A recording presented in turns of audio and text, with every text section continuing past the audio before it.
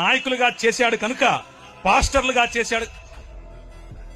ఏమనుకోకుండా next time పిలవకపోయినా పనులా చెప్పేదే. మీరు పాస్టర్లు అయినంత మాత్రాన సమాజంలో ఉన్న వారిని, సంఘంలోకి వచ్చే వారిని, వారి మీద అజమాయిషీ చేస్తే ఫరోకు పట్టిన గతే. ఎందుకంటే మన దేవుడు, ఆయన హృదయం ఎక్కడ నలిగిపోయే ప్రజలుంటారో, ఎక్కడ వేయబడిన ప్రజలుంటారో, ఎవరి పైనైతే మీరు ఇంకా ఎక్కువ భారం పెడతారో అక్కడికి గద్ద తన పిల్లలను తన్నుకొని పోయినట్లు వచ్చి తన్నుకుపోతాడు.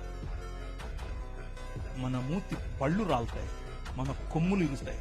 10 రకాలైన దేవీ దేవతలను చూసుకుని నువ్వు ఎచ్చుకుపోతున్నావు కదా, నీ ఎచ్చులు ఎలా ఇంచాలో నాకు తెలుసు అని చెప్పి 10 రకాలైనటువంటి తెగుళ్ల ద్వారా వాడి నోరు మూసాడు.